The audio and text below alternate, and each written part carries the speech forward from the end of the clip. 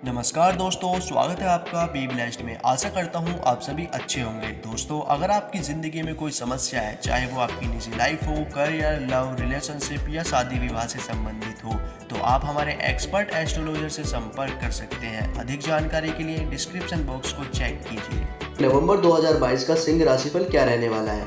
कार्य क्षेत्र, करियर की बात की जाए तो नवंबर का महीना सिंह राशि के जातकों के लिए अच्छा रहेगा, क्योंकि महीने के शुरुआत में ही दसम भाव के स्वामी शुक्र और राशि स्वामी सूर्य तीसरे भाव में उपस्थित रहकर आपके कार्य क्षेत्र का माहौल को अच्छा बनाएंगे। आपका कार्य क्षेत्र में मन लगेगा तथा कार्य क्षेत्र के लोगों से भी आपका व्यवहार अच्छा रहने के कारण आपको उनका सहयोग और समर्थन भी प्राप्त होगा।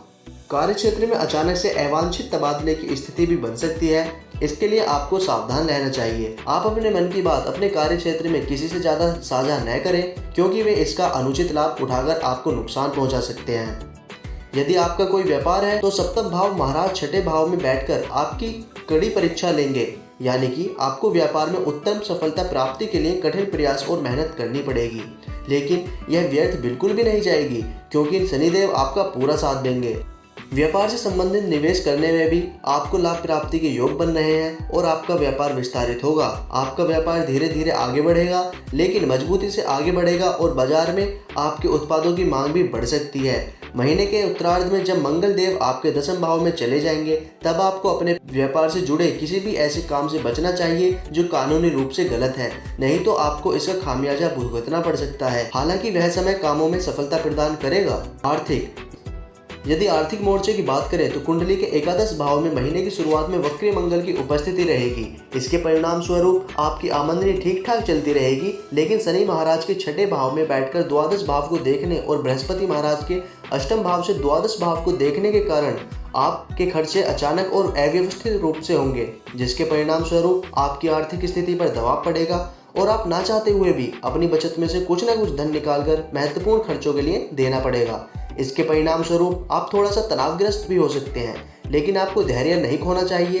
परिस्थितियां थोड़ी सी अनुकूल नहीं है, लेकिन फिर भी जब बुध और सूर्य का गोचर चतुर्थ भाव में होगा और मंगल भी दसम भाव में आ जाएंगे, तो आप अपने निजी प्रयासों से धीरे धीरे अपनी आमदनी में वृद्धि दर्ज कराने में सक्षम हो पाएंगे। स्वास्थ्य है, आपकी राशि स्वामी सूर्य महाराज कुंडली के तीसरे भाव में रहकर आपको मजबूती प्रदान करेंगे, जिससे आपका स्वास्थ्य प्रबल बनेगा और पुरानी स्वास्थ्य समस्याओं से भी कमी आएगी।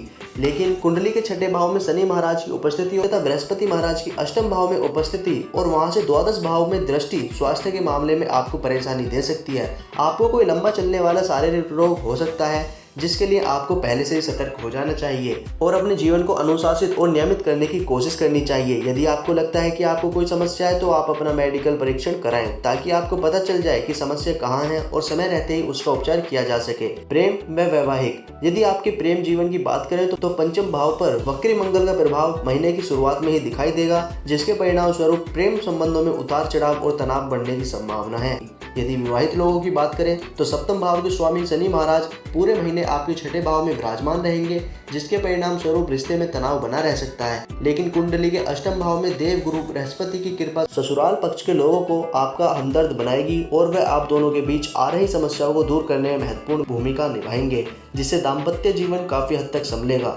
पारिवारिक, तो कुंडली के दूसरे भाव के स्वामी बुध महाराज कुंडली के तीसरे भाव में शुक्र और सूर्य के साथ स्थित रहेंगे तथा देव गुरु बृहस्पति कुंडली के अष्टम भाव में बैठकर द्वितीय भाव को देख रहे हैं, जिससे परिवार का माहौल सकारात्मक रहेगा। तो चलिए दोस्तों, अब नजर डाल लेते हैं कुछ उपायों के बारे में। प्रतिदिन तांबे के लोटे में सूर्य देव को अर्घ्य देना चाहिए।